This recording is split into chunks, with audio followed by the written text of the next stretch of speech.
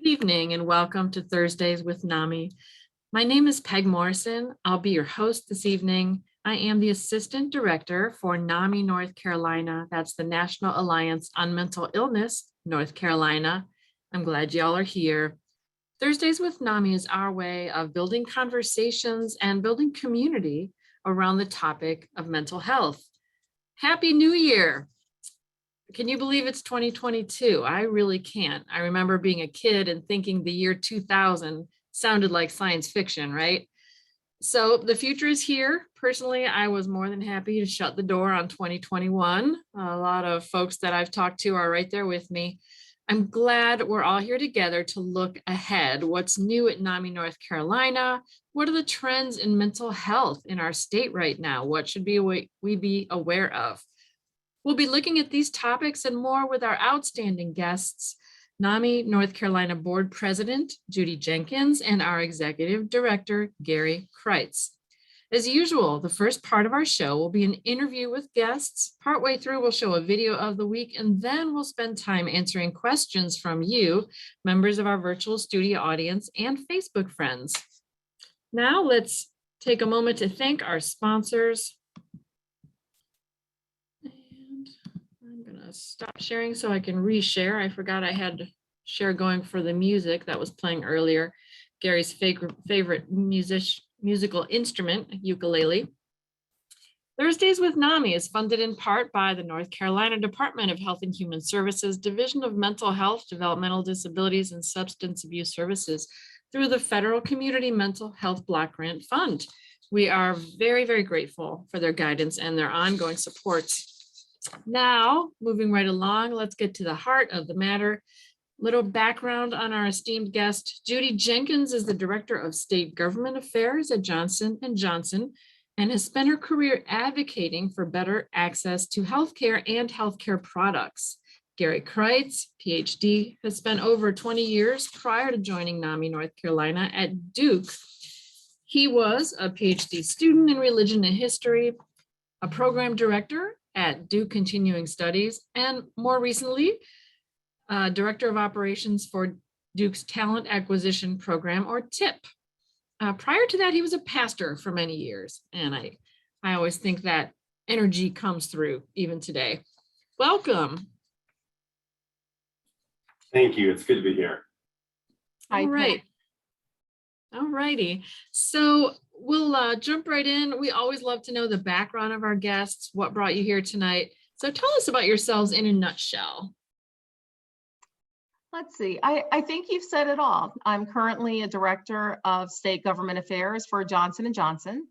Prior to that, I worked for Otsuka America Pharmaceutical as a lobbyist in the Mid-Atlantic, and prior to that with Bristol Myers Squibb.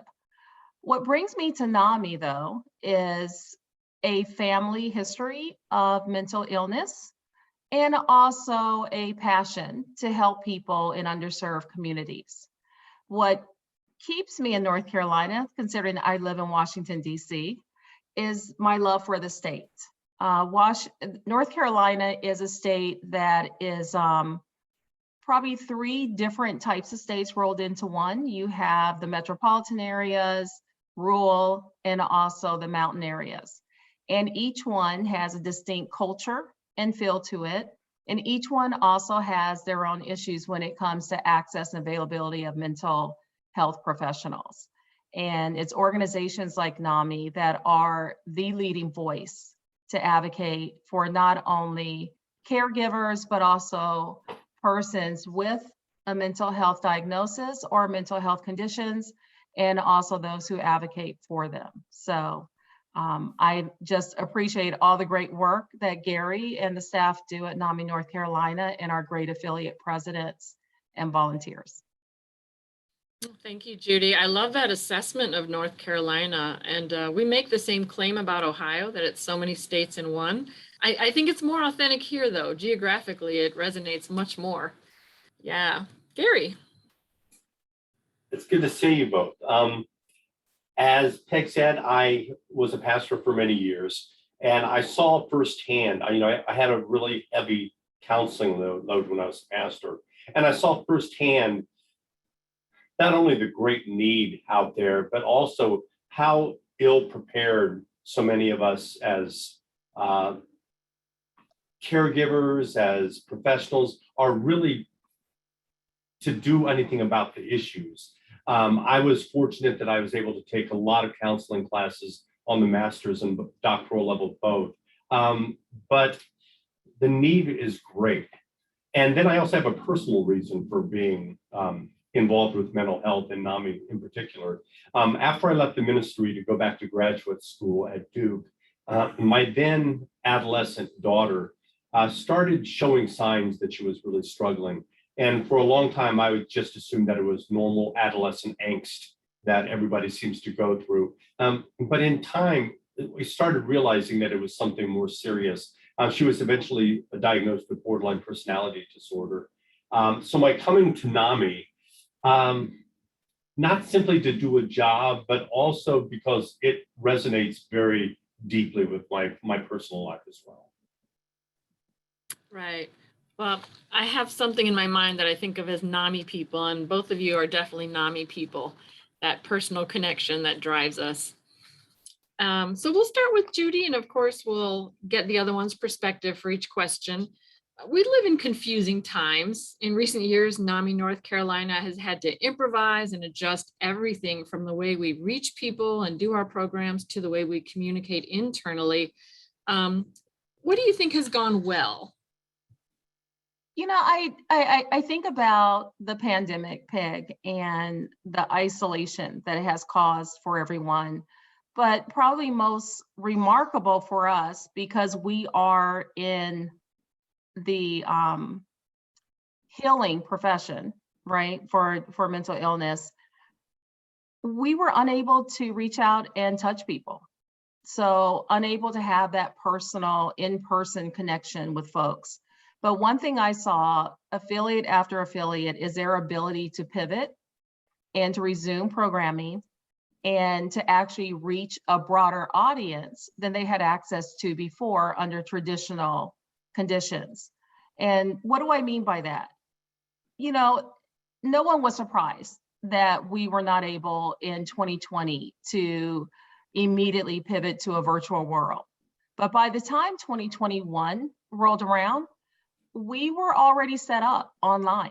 We were already connected with other NAMI affiliates, not only within North Carolina, but outside of North Carolina. And what that enabled us to do is to resume programming and also reach a broader audience and also to build capacity that I don't know we would have naturally built if we did not have to because of the times we were under. The other thing we've done exceptionally well, and I give this credit to Garry and you, is that we were able to retain our entire NAMI North Carolina state staff.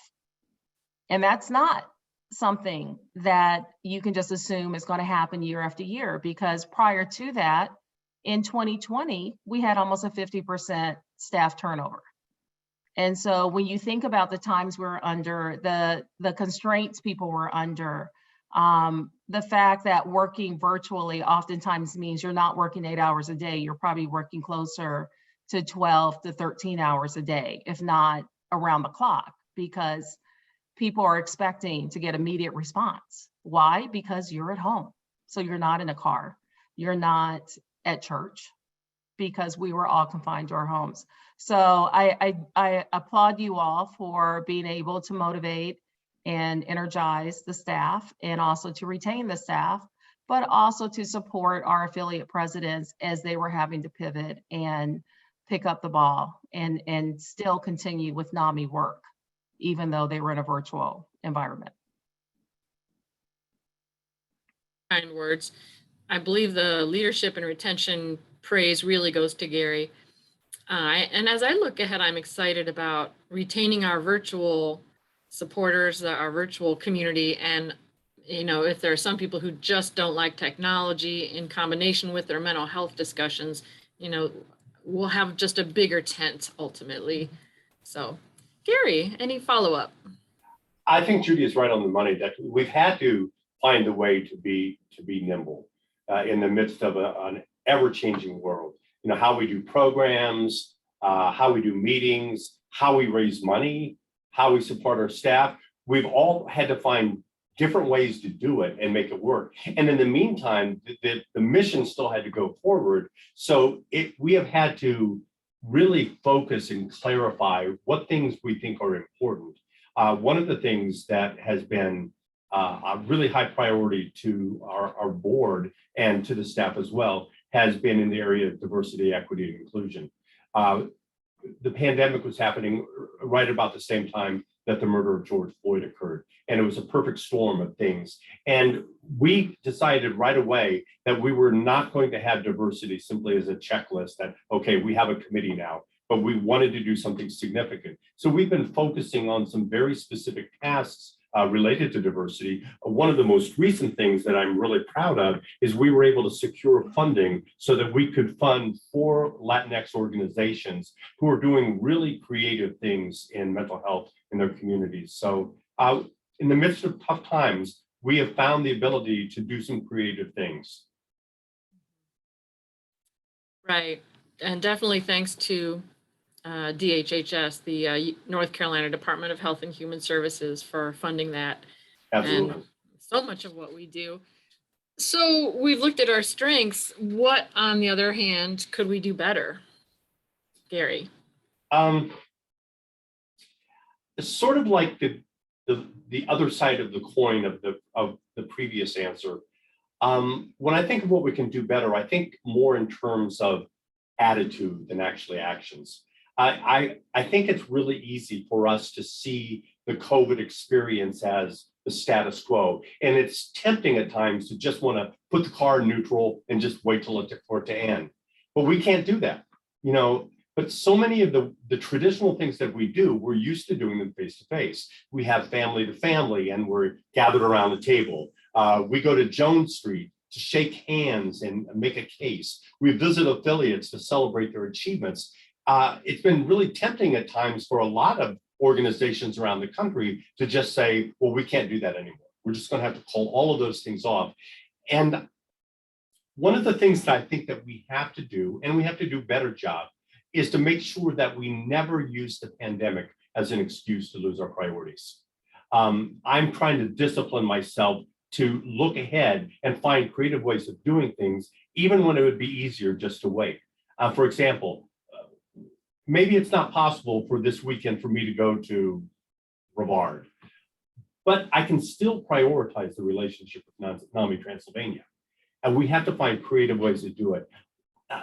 That's the thing that I think that we have to guard against the most, is just putting ourselves in neutral. Right. Judy, any thoughts? You know, I think back to our annual conference, right? And there was some consternation on the board of whether or not we could safely meet in person and have a traditional state conference, or should we err on the side of conservatism and safety and have a virtual experience? And one thing we found out is that, yes, we do virtual well. The problem is there was a part of NAMI North Carolina that not only wanted to meet in person, but needed to meet in person to feed their soul. And so although we were able to have an effective, well-attended annual conference, there was a part of NAMI North Carolina that was just ready to move on out of this pandemic and to start resuming our normal programming in person and being able to press the flesh, right? Being able to reach out to someone, shake a hand. I still find myself when I'm in a social setting, it's very awkward. Do you shake someone's hand? Do you do the fist bump? Do you do the elbow bump? Do you just step back? You know, there's a whole new protocol and etiquette now of how we conduct ourselves in person. And that's something that we're all going to have to adjust to, including NAMI North Carolina. And I agree with Garry. We can't not do what we're supposed to do as far as programming and community outreach. But at the same time, we always have to look at things through a safety lens. And sometimes looking through a safety lens is good for the whole, but not good for all. And I think we just have to constantly challenge ourselves. When we can do things differently, we need to do that and find a way to conduct things in a way that people are not only satisfying the check the box, but also satisfying their souls. Judy, I love the way you said that, because I think you're right on the mark. The last 2 years have been the time that people most need connection. And it's been the 2 years in which it's been most difficult to do that connection. It's just a sad irony. It is. Right. Yeah, it's just such a hard trade-off, that safety versus human connection. That's just quite a balancing act that everyone has been forced to do.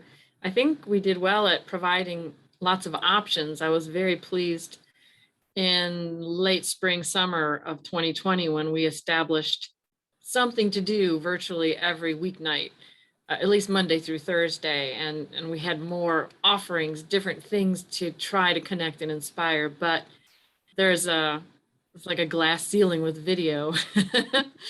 But I think we've managed as well as anyone can, I guess. All right, so this is for Judy first. At the start of the pandemic, some people predicted our nation would experience like a collective post-traumatic stress. Have you seen evidence of that?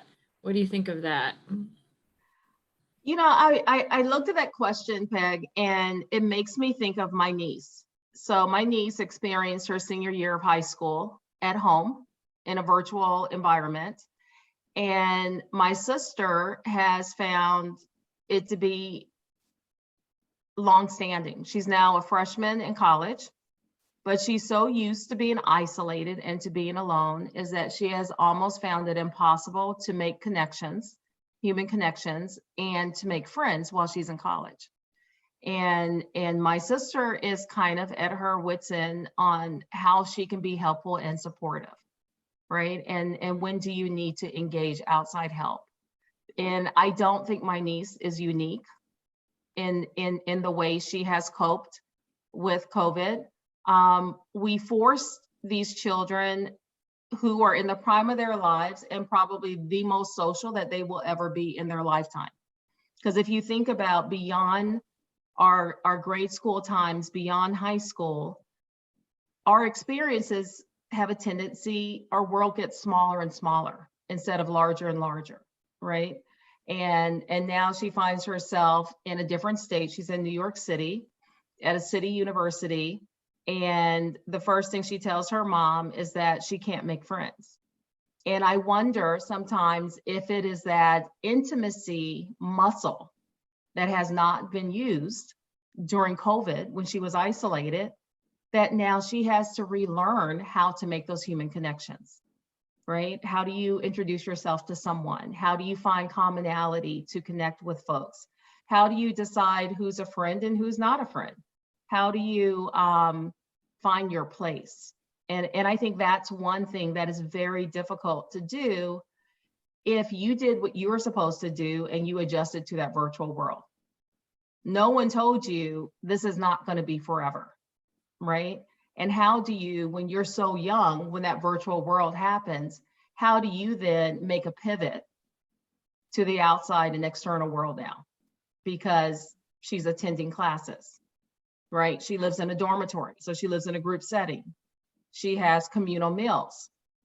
Everything now is almost like an overload for her compared to being in her room, eating all of her meals during the day while she was attending school in her room, right? And this was self-induced. This was not something her mom said, you have to stay in your room the whole time. This was self-induced.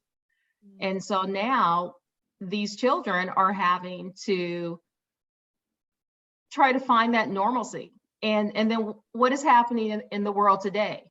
The Omicron variant, and some schools are shutting back down and they're going back into a virtual setting while you have other school superintendents fighting tooth and nail to keep in-person learning.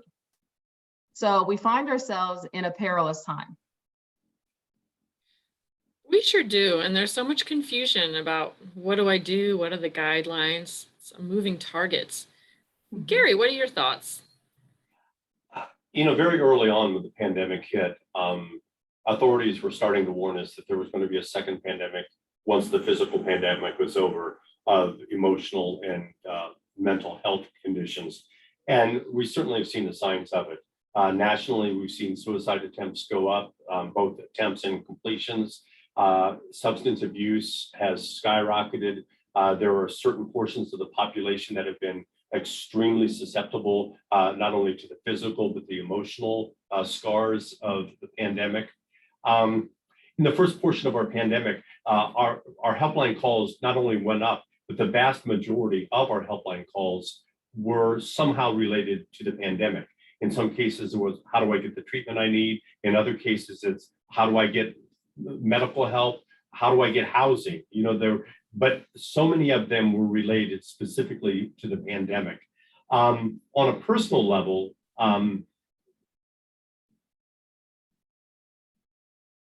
I've had the pleasure of working alongside of a dedicated team of staff members who have had to deal with it at every level. Not only how do I make sure that my work responsibilities are still being carried out, especially if I'm at home, but how do I balance that with my family needs? Because my child is at home, needs some level of supervision. I still have this amount of work to do for NAMI. I have this, and also to deal with their own fears, their fears of sickness, their fears of what the future might be, the fears of, is my job going to be steady? All of this, I think, is compounded around the country. The pandemic is never solely a physical entity. I think you can almost argue, and this is no disrespect to those people who have lost loved ones, but from a societal point of view, it may be the mental and emotional toll that's just as big as the physical toll. That's a really good point. And as I was hearing both of you talk, especially Judy talking about your niece, it hit me that our young people have been isolated and probably more plugged into social media, which is proven for some demographics in some ways to be bad for mental health. So it has been a perilous time and very challenging. So this segues into our next question to Garry. In terms of mental health and our mission here at NAMI, what keeps you up at nights? This was a really good question. And it's what does keep me up? And it struck me. There's an old Celtic fisherman's prayer that goes, "Oh God, thy sea is so great and my boat is so small." And I see some profound wisdom in that, because in a very real sense, that describes one of the biggest things that I grapple with on a regular basis. The mental health needs of our state are so great. And sometimes it feels like we are so small as a staff. We have wonderful affiliate volunteers, but they're stretched to the max because of the amount of work. And the immensity of the task affects every decision that I make as a director. On the one hand, with limited personnel, with limited resources, we can't be all things to all people. But how do you choose? Because anytime that you choose that I'm going to do this, you may also be choosing that I'm not going to be doing that. And how do you choose that? I mean, there are some times that we literally have to say, this is a really, really important issue, but it's not our issue. And we simply don't have the bandwidth to do it. And that's hard because you're leading down somebody for whom that is a passion. And on the other hand, though, we have to be careful that we still stay focused on the mission and not drop the things that we need to keep. An example, for years, NAMI focused a lot of energy on persons with severe and persistent mental illness. And then there was a while back, a decade or so ago, when NAMI started to broaden its focus beyond simply SPMI to also look at the 1 in 5 people that are dealing with mental health issues in their loved ones.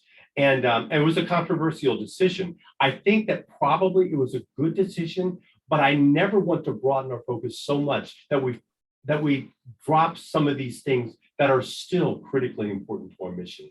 So the immensity of the task and knowing how we do it is the thing that keeps me up.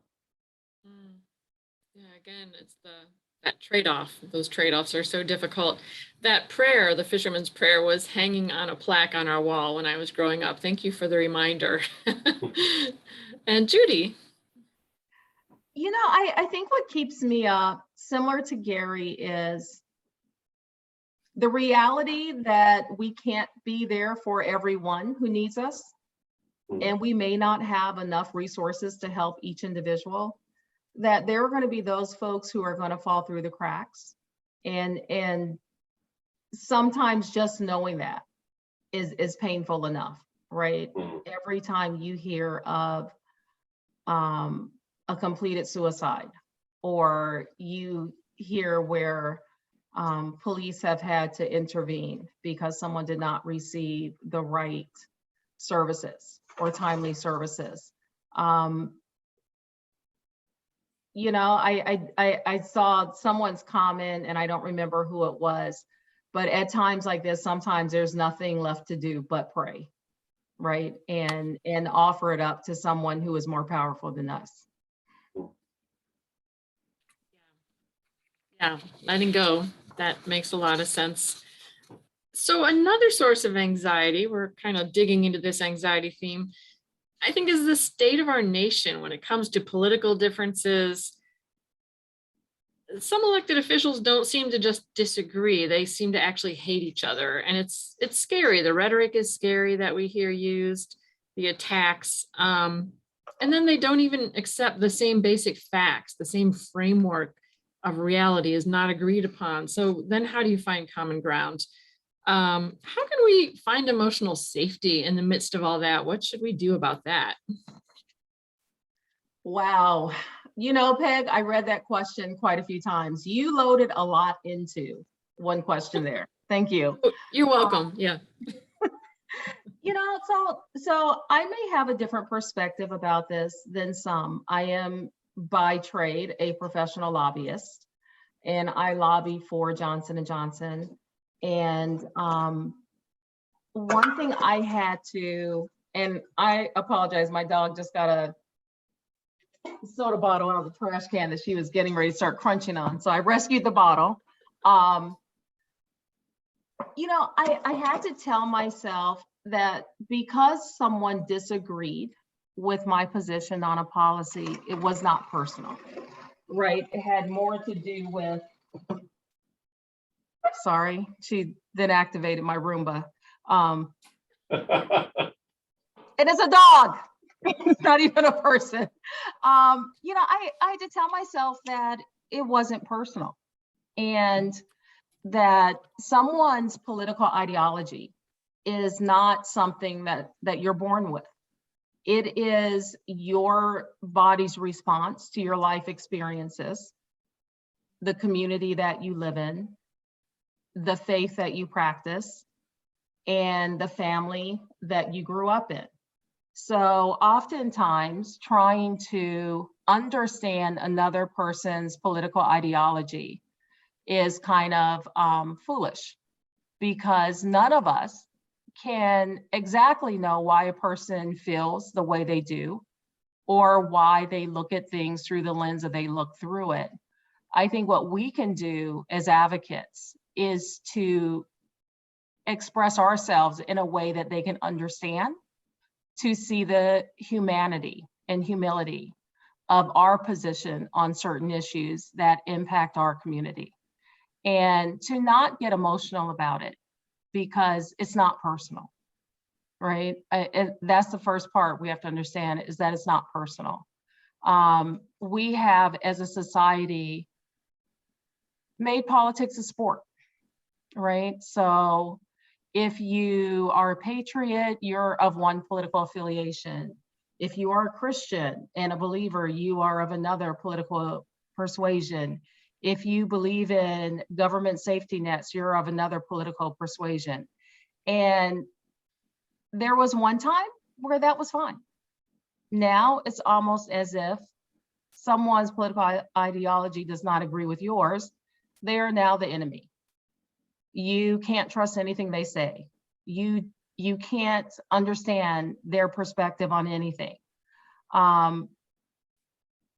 I think we find ourselves at an inflection point. And to me, the inflection point came with the pandemic, when we started politicizing whether or not the government has the responsibility of keeping society healthy and safe. And if the government in that process worked with private industry to develop vaccinations and treatments for a pandemic, and if they make those treatments and vaccines available to the public, were they overstepping their role and responsibility as government? If you as a government entity mandate that people wear a mask to protect themselves, right? To protect themselves, when you wear a mask, you are protecting yourself. You're not necessarily protecting others.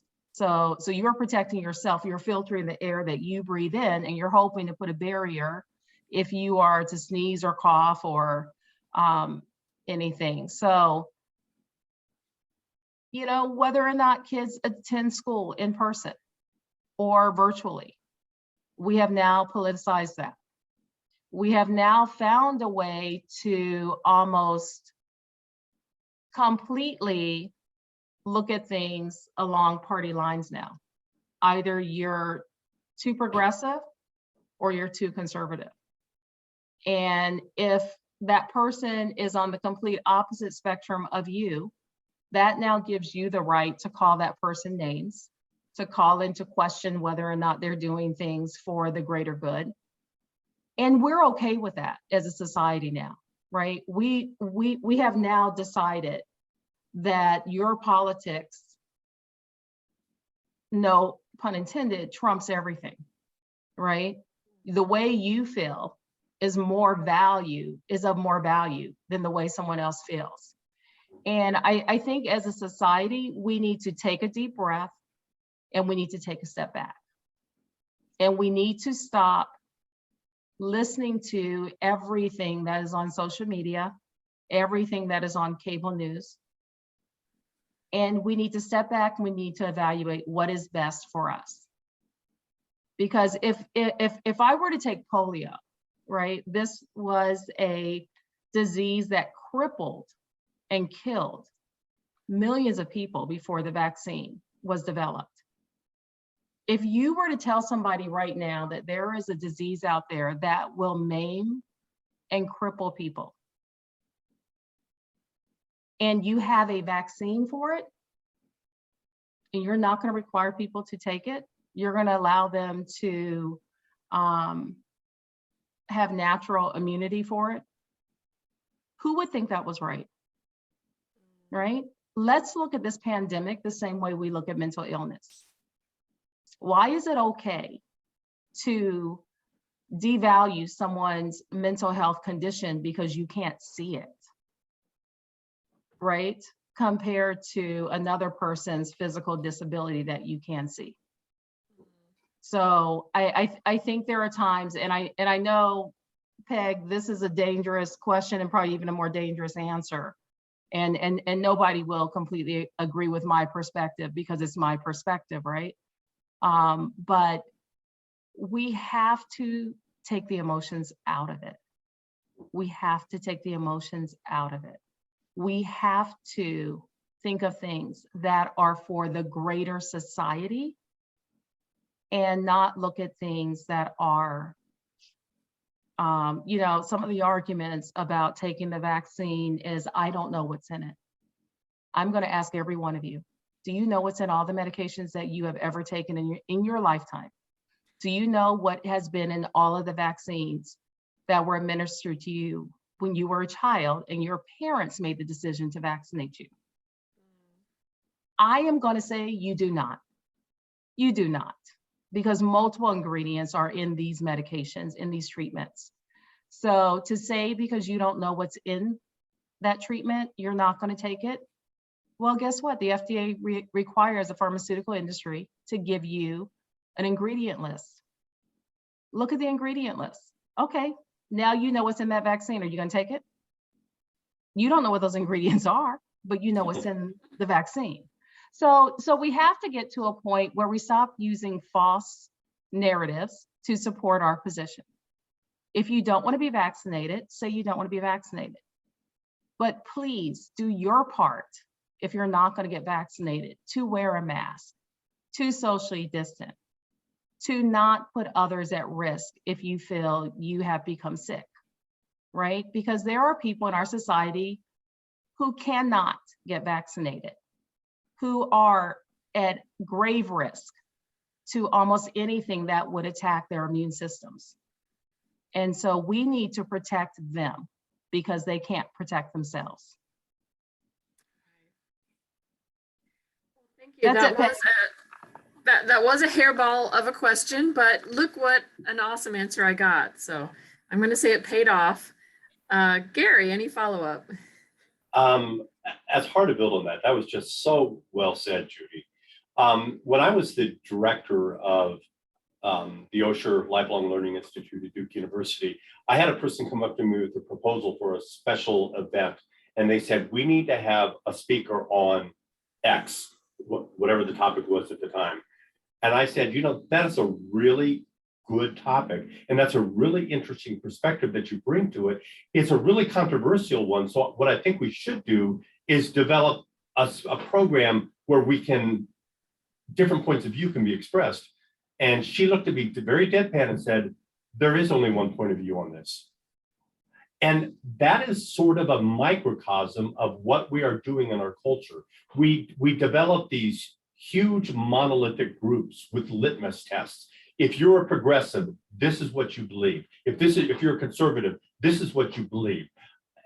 It's very seldom accurate. People are too complicated. They're nuanced. They bring not only their political perspectives, they bring their personal experiences. They bring, it's way too complicated for that. So what I believe, and we've got to the point, moreover, in our culture, that it's not enough to disagree with you. I have to destroy you. I have to destroy you. I have to destroy your reputation. I have to destroy your ability to get a job.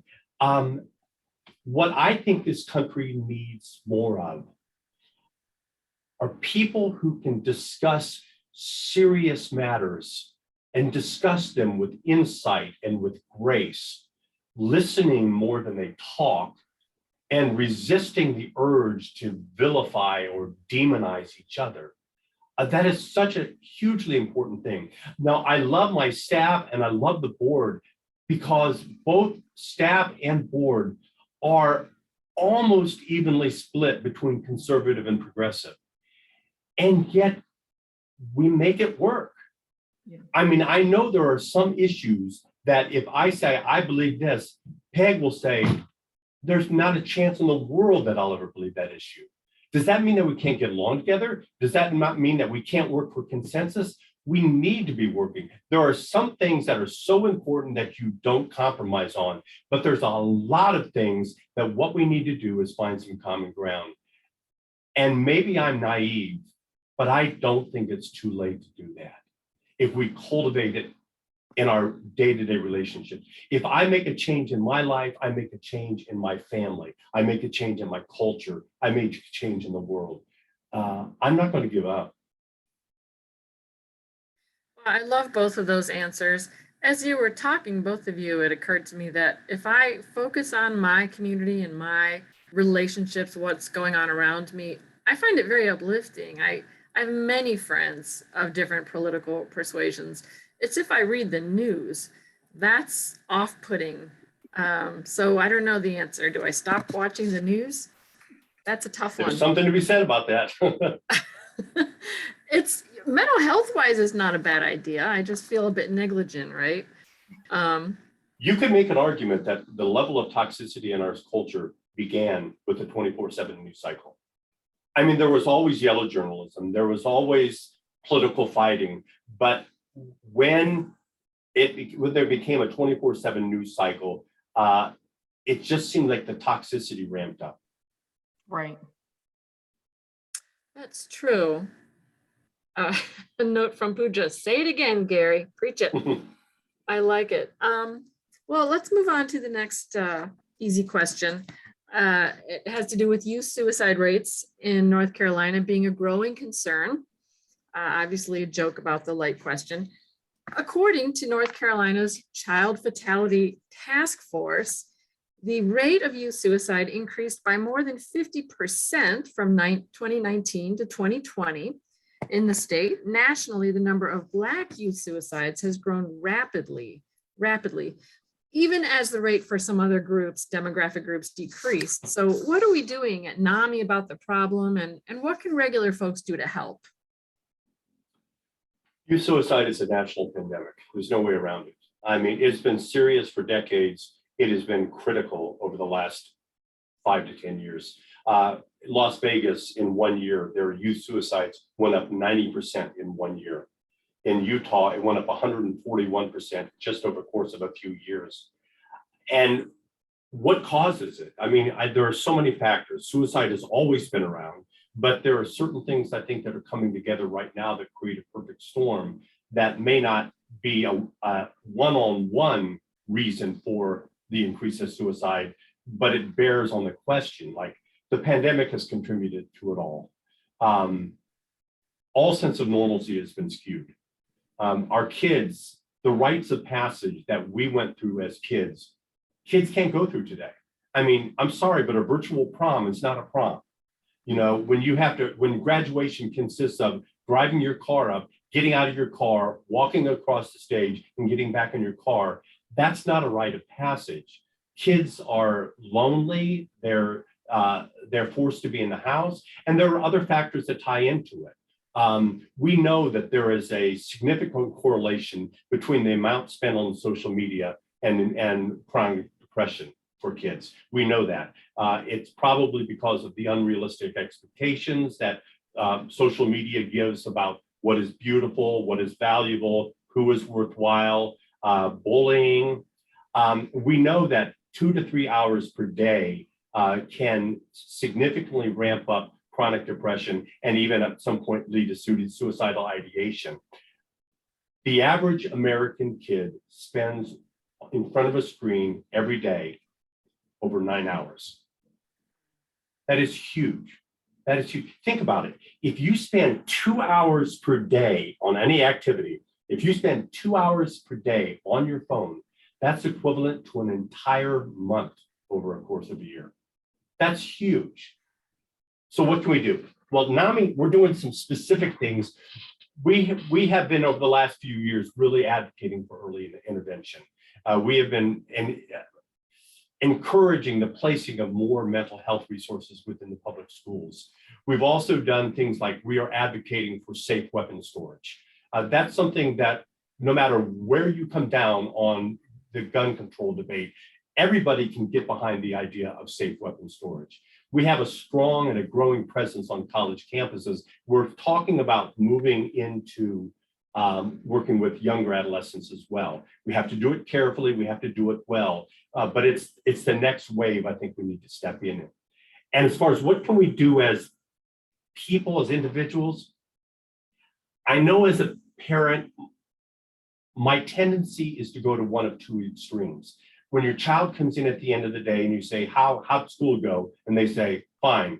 They say, oh, that's cool then, and you walk away. You can't always assume that it's going fine. So we can either be completely oblivious to it, or we can go to the other extreme and our child finally confesses that they're struggling with something, and we automatically step into fix it mode. Well, let me fix your problems. Let me show you what you need to do in order. You need to tomorrow do this, and then you need to do this. And a lot of the suggestions we give are not helpful at all. Our kids sometimes just need someplace that it's safe to share what's happening, that you're not going to give them answers, that will listen, that you'll emphasize without giving the cheap, easy answers. And it's difficult. It's difficult for any parent. It's especially difficult if you have a child that is really struggling even with the desire to go on. Right. Judy, any follow-up? You know, the only other thing I would add to that is making sure that our list of resources is as up to date as it can be, to make sure that no matter where someone is in the state of North Carolina, that they know the resource that they can connect with in their community. You know, I think we have to always remain vigilant. I'm a mother of a daughter in her sophomore year of college, had an incomplete suicide, right? She took a handful of Tylenol, and this was during finals week. Was it stress? Was it depression that we weren't aware she had? You know, sometimes we don't know ultimately what causes someone to want to hurt themselves and to end it all. But one thing I do know after that is trying to make sure you're always connected to that person. That person knows that you care. Every time I talk to her, I always tell her I love her, right? And I think the reality that sometimes the pain is too much for some people. I heard Congressman Raskin speak to his son's completed suicide in 2019, and he left a letter for his parents, and he said the disease won, right? He had tried so many times to fight it, to fight it, to fight it. And to hear the congressman say that one thing his son had was an ocean of empathy for others.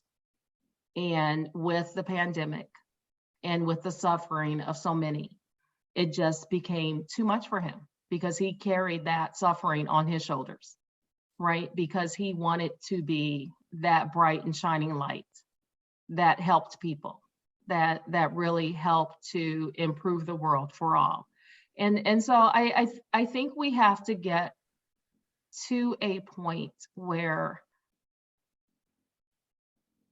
we are a light and a source to people, and try to minimize as much as possible being a stressor for people, right? And so even as we try to conduct our programming, we try to keep all the tenets of NAMI front and center and ahead of our mission in NAMI North Carolina.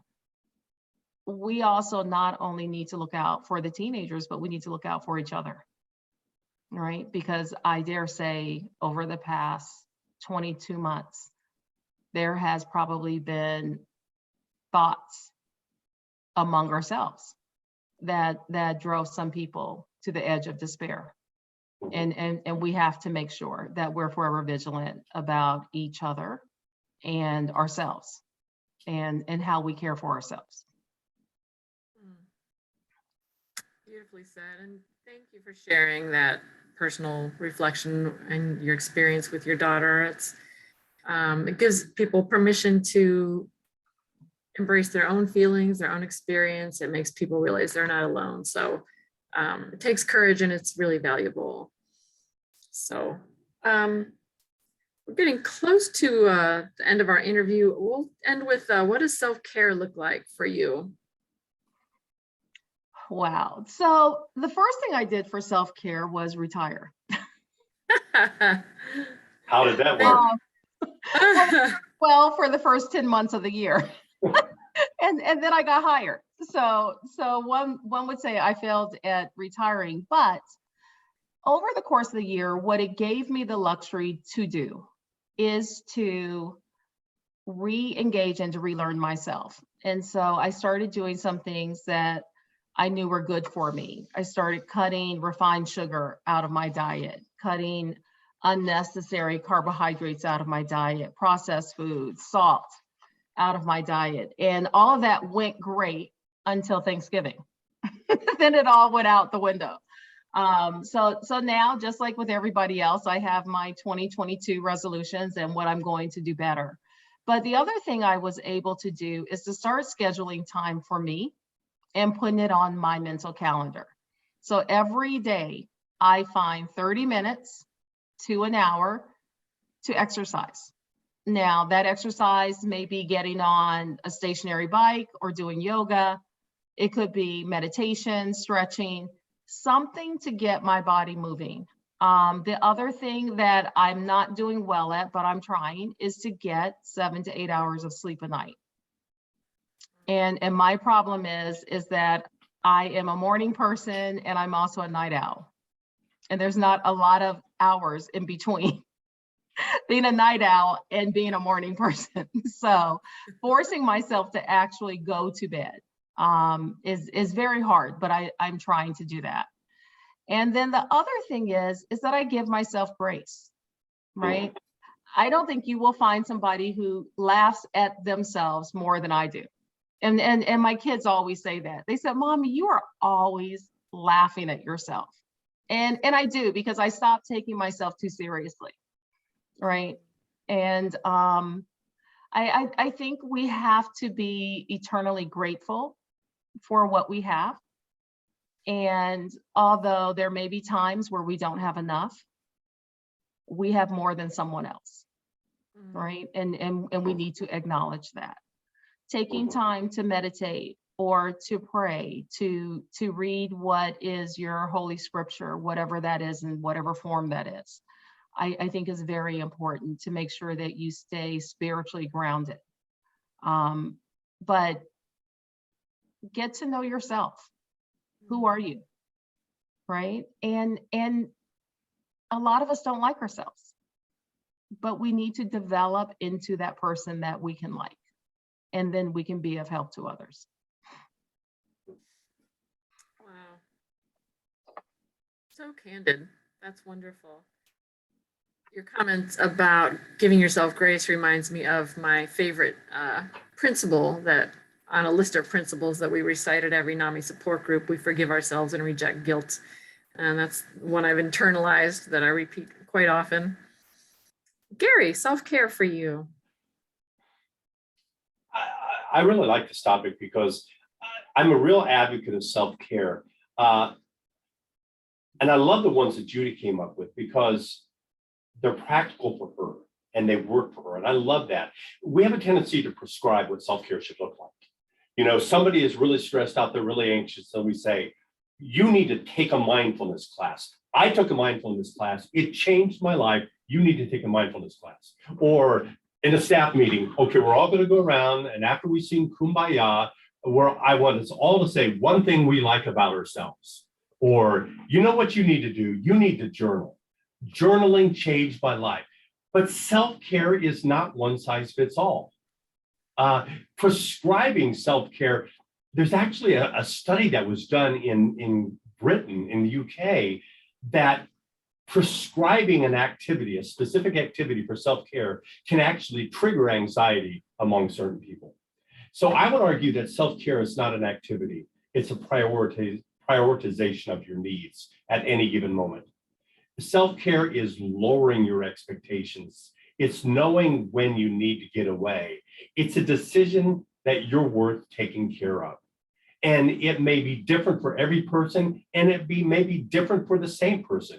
One, I like Judy, I carve time out for myself. For me, it's 2 hours every week. And one day I may be going to Barnes and Noble and just journaling in the coffee shop. The next day I may be hiking the Eno. That may work for you. That may not work for you. The main thing is prioritize that your needs are just as important as any other needs. Right, well said. Well said. And, good energy with those answers. I like that as a note to end the interview portion of the show on.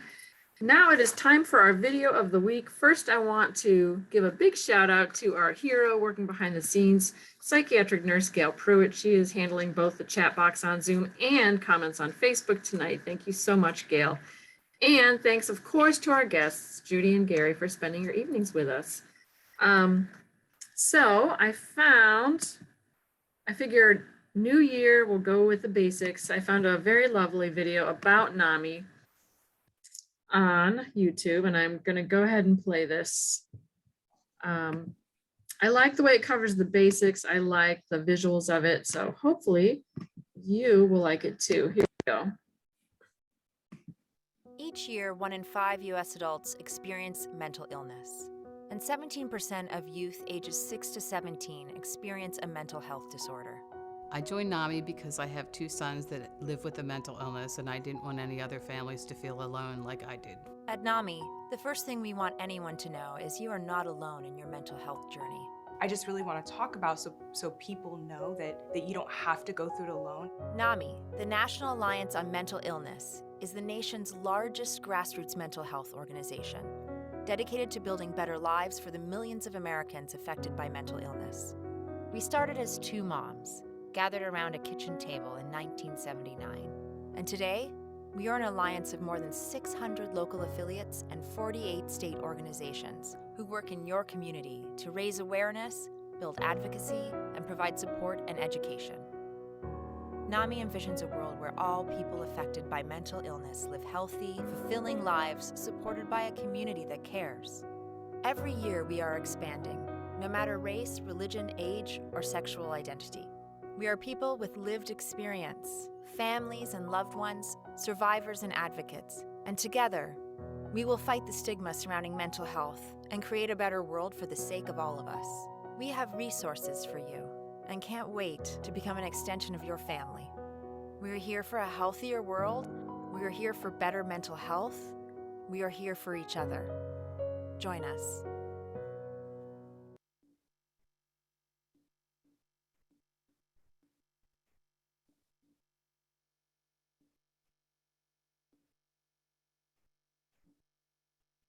You're on mute, Peg. You. Okay, now that you can hear me, I really like the visuals of that video. I hope you all liked it. And now it's time for us to take questions from you, members of our virtual studio audience and Facebook friends. You can write them on the comments on Facebook or type them in the Q&A. We already have 11 lined up, which is quite a few. This one we've already covered. So Judy and Garry, in 2022, what words of hope do you have to give others? Garry, you go first. Never forget that people are why we exist. As NAMI, they are the center of everything that we do. The programs are important. The fundraising is important. The awareness is important. But what really matters are the people. And if we focus on the needs of the people that we serve, the needs of the people we love, that gives me a great deal of hope for the future. You know, when I think of 2022, one phrase comes to mind is that we are stronger together. And I think if we tackle the issues of the day together, if we celebrate together, we will all get through 2022. And if I were to say 2 words, and I know this word was used in the question, but to have hope and to be hopeful would be my words for 2022. Sounds like a good mantra. This question is for Garry. What is NAMI North Carolina's goal for 2022? Our goal is to start, we have tons of goals, and each one of the staff members have their own set of goals. There are certain things that we really want to step up to the plate on. I mentioned one earlier, so we have a huge prioritization of developing a diverse program that NAMI will look like the people of our state look like. Another priority we have is that we are at critical juncture on so many issues on Jones Street. And we are not waiting for the pandemic to be over. There are things that we're stepping up to the plate that we're going to be starting to work on for advocacy over this next year. I've mentioned some of them, the safe gun storage. We are prioritizing 988 implementation. We're prioritizing developing resources for adolescents, especially within the public school system. And you talk about what gives you hope. Some people are hopeless about the idea of Medicaid expansion, but that's still, to me, and I speak as one who is a conservative, it's not a liberal versus a conservative issue, it's a healthcare issue. And we desperately need to step up the plate to Medicaid expansion because there are far too many people that are falling through the cracks because they make too much for this, they make too little for that, and there is so much need. So those are a lot of the priorities that we're going to be focusing on really stepping up and letting our voice be heard. We are also focusing a lot on, over this next year, on community inclusion. Developing ways in which people who deal with mental health issues, and especially those with serious and persistent mental illness, can find ways to connect to the community, can find ways to find adequate housing, to find ways to be a part of the community and not be marginalized. So those are some of the priorities just off the top of my head. Right. And for folks listening, you may know community inclusion is so important to one's mental and physical health. Studies found last year that the effects of isolation on the body is the equivalent of smoking a pack of cigarettes every day. The health outcomes are the same. It's kind of amazing, really. Similar question for you, Judy. What is the NAMI North Carolina board goal or goals for 2022?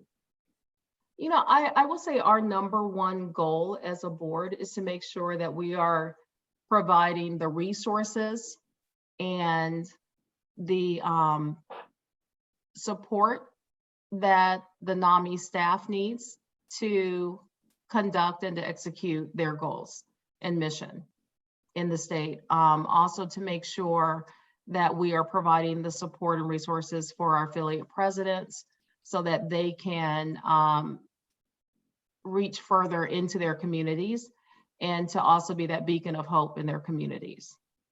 And next question.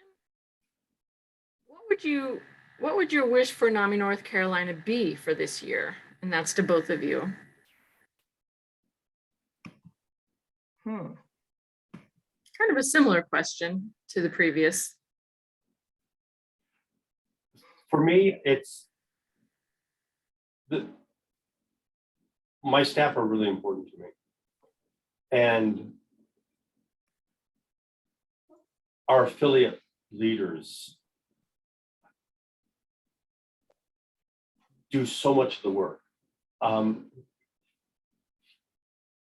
My hope is that in the midst of horribly trying times, that we as an organization, we as a board, we as a staff, we as individuals can be a shining ray of hope in what is sometimes a very, very dark world. If we can take care of each other, support each other, not let our attitudes be pulled down by the attitudes around us, and take each other's hand and say, we are going to step forward and we are going to work so that someday NAMI will no longer be needed. That's my goal. Well said, Gary. Well said. I don't think I have anything to add to that pick. Yeah, I like it. We're thinking big. Another question. Can you share a positive affirmation? So I have two quotes on my desk. One is to be impeccable with your word. Don't take anything personally. Don't make assumptions, and always do your best. So that's one. And I try to let that guide kind of how I deal with life. The other one is you go through life only once. And this ain't no practice run, right? There's no do-overs. and I think if we think of life as that, right? Of course, we should always have the opportunity to correct mistakes, but to really think through life of being a resource and a beacon of hope to others, looking at life in not a selfish way. The more I can get, the better off I will be. but I really look at how can I improve the lives of others? Because I think there is very little when our time is up. And my own personal belief on that is I believe we are all sent to earth with one mission. And when that mission is completed, our time is up. We don't know if that's going to be today, tomorrow, or that could be 50 years from now. But I think we have to make sure the time that we have, we don't squander it away. And that we try to leave this place better than we found it. And that we try to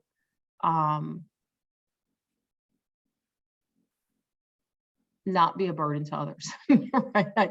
I always keep going back to that, but I keep thinking about my poor kids as I get older, and I'm just like, I just don't want to be a burden to them as I get older. And I just don't know if I'm going to succeed in that, but that's always my goal. Well, it's hard to picture you as that. So, so Garry, do you have a positive affirmation you'd like to share? This may be a goofy one, but it's one that has just really been in my mind. It's something I think that our grandparents used to say, but I think it's really meaningful to me. It's the old line from us. It's actually an old song as well. I'm drinking from my saucer because my cup is overflowed. That's my, this has been a tough couple of years as a culture for NAMI. I spent a week in the hospital. My daughter has a mental health condition. My wife suffers from severe arthritis.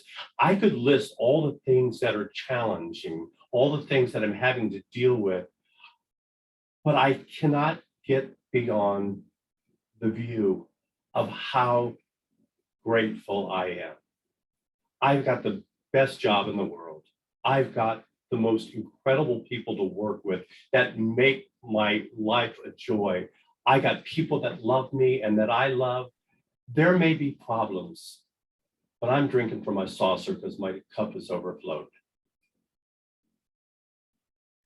I love that. I have a friend who says every day looking in the mirror, I deserve everything good that is coming my way. And as someone who lives with depression, I love that's sort of the opposite of the depressive inner critic script. So I really like that one. We have a question from Facebook now from Wendy. How do we as teachers balance our children's mental health needs, their academic needs, and our own? I do love your message of hope. I'm greatly concerned for sustainability at this point. Wow, Wendy, I think that's $1 million question, right? How do we help our kids continue to grow academically and socially while also keeping them safe and keeping our teachers safe, right? I look at the way each state is addressing the pandemic and also trying to do the right thing for children. And one thing that has come across loud and clear is that after the first series of standardized tests in the state of Maryland, every area of testing went down. Wow. After children were home for a year. And I think that speaks to that learning is not just something that you do academically. Your emotions and how you feel and how safe you feel takes a toll on how well you learn. And I can only imagine, Wendy, for you and other teachers, and God bless you, because there is one job I knew that I would not be good at, and teaching was one of them, because you all have the patience of Job and the caring of that every person is not equipped with, and your ability to meet each child where they are and to complete what your academic priorities are to continue to move children forward towards academic success. at the same time trying to monitor your own health and your own mental health is not easy. And I just want you to know that I appreciate everything that teachers are doing. And we know that your jobs are not easy. And we know oftentimes the politics have made it even harder. But we also know that we will all pass through this together. But getting back to your question of ensuring that children are learning and also being safe, you know, I think you have to manage your situation, your classroom, your school district. And each teacher has to evaluate those things. And I think you have to speak up and be brave when you can. And there are going to be times where you're going to be asked to carry out certain things that you may not necessarily agree with. But as long as those decisions are founded in strong logic, rationale, and science, I think sometimes we have to do even things that we don't necessarily agree with, because someone else has that decision to make for the greater good. And so again, we just appreciate everything that you do, and please be safe and please guard your sanity as you're moving through this school year. Very eloquent. Garry, any follow-up? Absolutely not. There's nothing I could add to that. That was perfect. Thank you, Wendy, for that question. All right, we've still got a little list here. Garry, you mentioned your daughter has a mental health challenge. How is she doing today? Borderline personality disorder, like a lot of disorders, it's not curable, it's treatable. It is something to one level or another she will have to deal with all of her life. And she's finding resources that she can use. Some days are good, some days are bad. I think that she's in a good place right now. And I think that she's developing a reserve of resources that she can draw upon when things aren't going well. And so I sense that when she dives, she doesn't dive as far down as she has in the past. She is the joy of my life. And anything that it is my privilege to be able to support her and to love her and to not to try to fix her. I think that's an important thing. A while back, I looked at her and I said, sweetheart, I need to apologize to you. I'm not going to fix you anymore. I think that you're perfect exactly as you are. I will just be here to love you and support you each step along the way. And she's got a good support system. So I think that she's doing well. Wonderful. That's wonderful to hear. Another question, kind of lighthearted. What are your favorite movies or songs?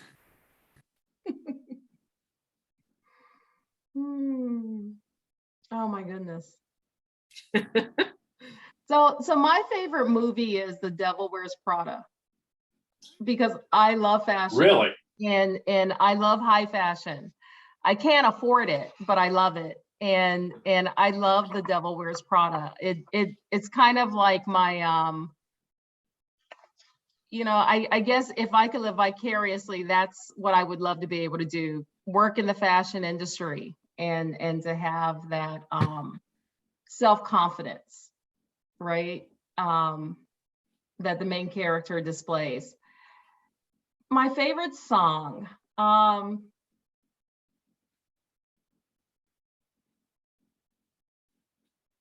You know, come back to me on that one. Let me think about that one for a second. Garry. Favorite movie. Even though as a historian, I know it's completely inaccurate historically. My favorite movie is probably Braveheart. And I love Braveheart. My dream is to one day look like Mel Gibson in a kilt, which oddly enough is also my wife's dream. Songs, I just love so many different songs, and my favorite song depends on what I'm going through at the time and what my mood is. I think for me, probably my favorite songs would be a toss-up between Eva Cassidy, Songbird, If you have not listened to Eva Cassidy, she passed away from cancer about 20 years ago. Amazing singer. But her song Songbird is just amazing. But one of my all-time favorites is a country and Western song. It's Garth Brooks' The Dance. I love the dance. All right. And Judy, anytime you want to volunteer a song, you can come back to that. I also I'm gonna love the Ohio State alma mater, Carmen, Ohio. Can't go wrong with that. That's fun. I will share that I like Harold and Maude, sort of a little quirky film that's very old. And for a song, I like, it's by Jars of Clay, It Is Well With My Soul. It does not sound like a hymn, it sounds like a Beatles song, the way they do it. It's really lovely. Okay. Another question to both of you. What are your words of wisdom?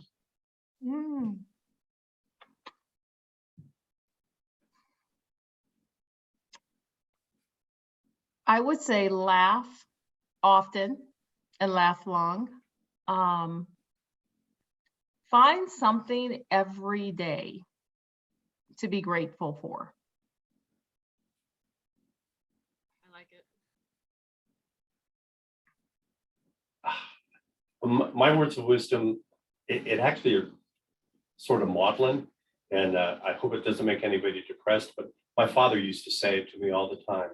He said, Gary, don't wait until the funeral to send flowers.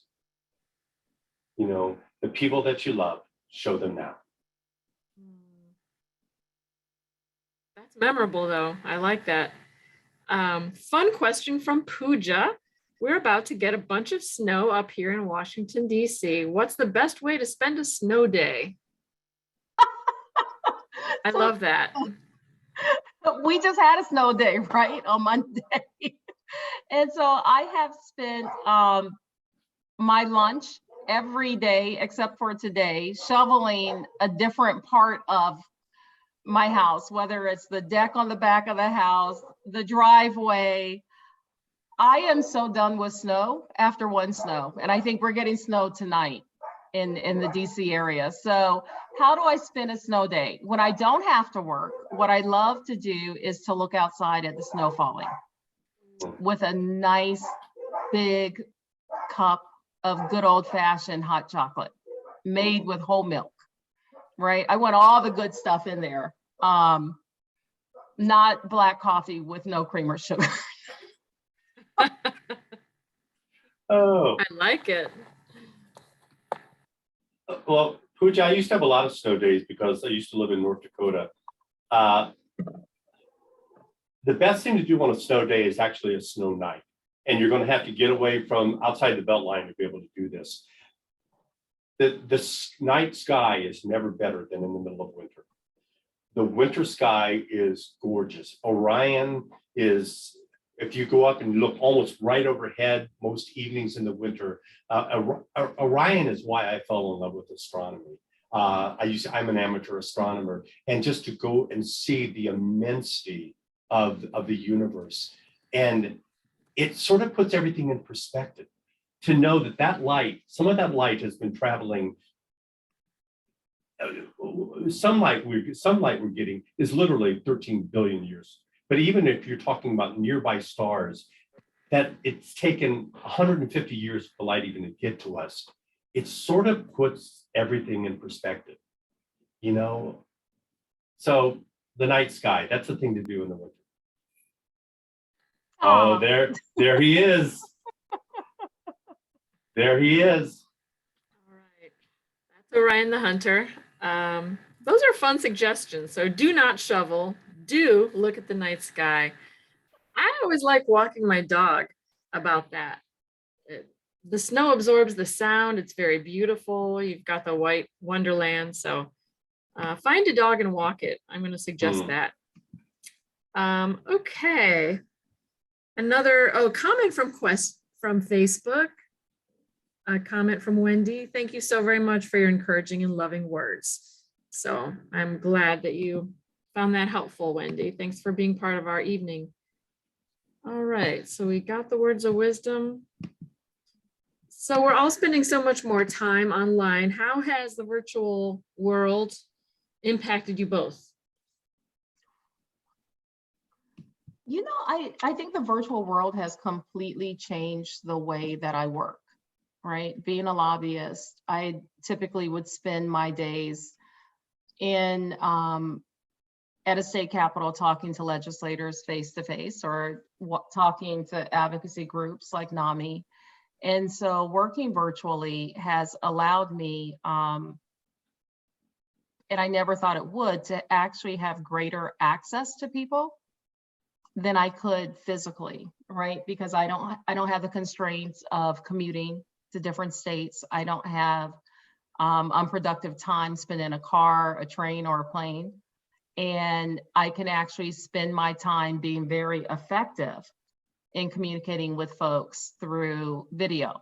Now, I will say video is my preferred way to communicate in these days versus by phone, because at least through video, you get some kind of affirmation when you're talking to somebody, whether or not they're tracking with you. You can see whether or not it appears they agree with you or disagree with you. And it gives you as much of a interpersonal connection with that person as you're going to get, not being face to face. Right, absolutely. Garry. For me, it depends on the day. If I'm in a cynical mood, I sometimes think if I have to be on one more Zoom meeting, I'm going to take my computer and throw it into the Eno River. But on the other side, you know, by having a virtual environment, half of our staff have been able to work from home, get their work done, and the other staff that are here are able to be in separate offices and so therefore be safer. So it's enabled us to think about how we do things in new ways. And I think it could pay off dividends in the future, because we now know that if we expand our staff over the years, we don't have to have necessarily a larger building. We can have a virtual as well as an in-person world. So it opens up all sorts of opportunities for the future. A lot of good points there. And I see someone has their hand up. Christy, I'm gonna click a button that will allow you to talk if you want to ask your question now. Are you still there? And you'll need to unmute.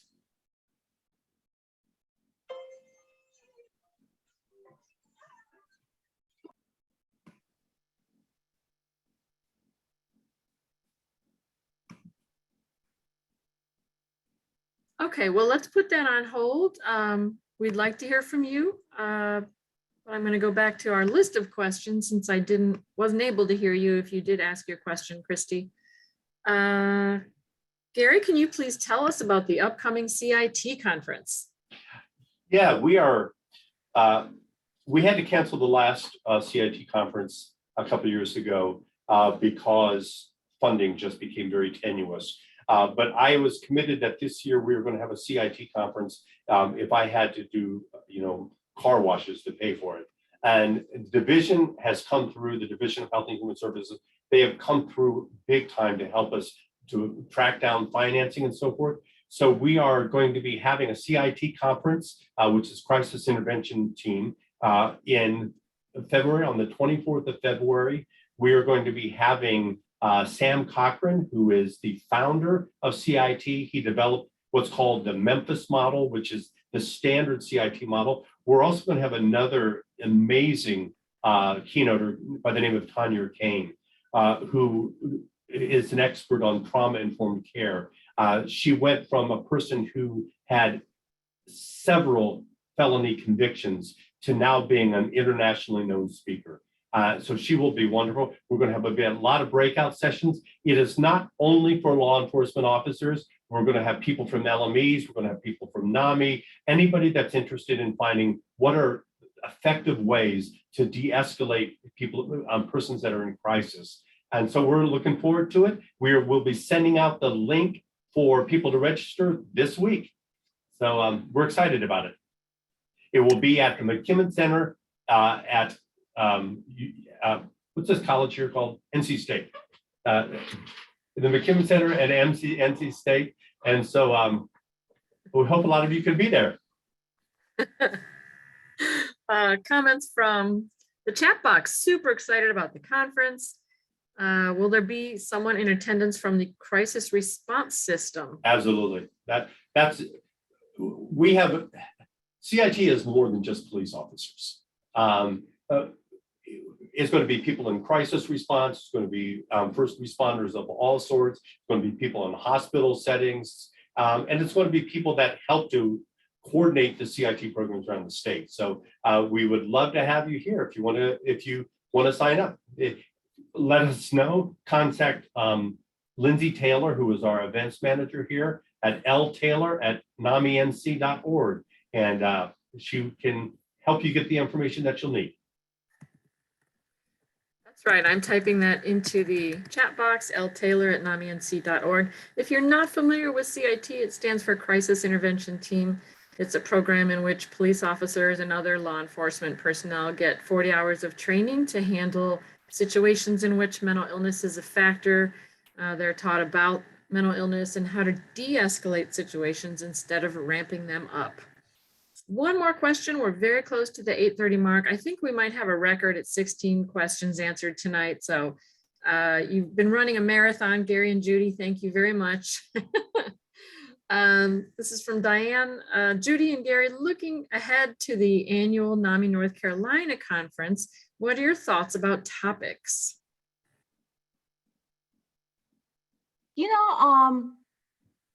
One area that I've been very interested in lately is resiliency. And so I would love to see us have a panel discuss resiliency. Not only how to implement a resiliency program, but also resiliency and self-care and how we can heal ourselves. I like that. And I think that one of the things that I want to be discussing, not only with the board, but just in general, and the conference would be one, is we have an incredibly successful program. I think across the state, we do amazing things. But where do we go over the next 10 years? Are there new avenues that we need to step into that we haven't? So I would love to start that discussion. I would like that to be part of the conference as well. But where do we go from here? What do we step into that we haven't yet? So it'll be coming up before you know it this fall. Good point. Another question from Facebook. I'm not sure if this applies to one conference or both, CIT or the annual conference. Will they be hybrid? The CIT conference, as of this point, is not going to be hybrid. The only two things would mitigate against that. One would be if because of the Omicron virus, if we have to scale back the number of people we can have on site, at that time we may consider. But our goal is to have it in person with appropriate social distancing and so forth. The annual conference, that's far enough out that that decision will have to be made probably by early summer, probably. Okay. Well, I think we are at 8:29. I know we're at 8:29. Thank you so much to our guests. We've really gotten our mileage out of you tonight, and I appreciate you so much.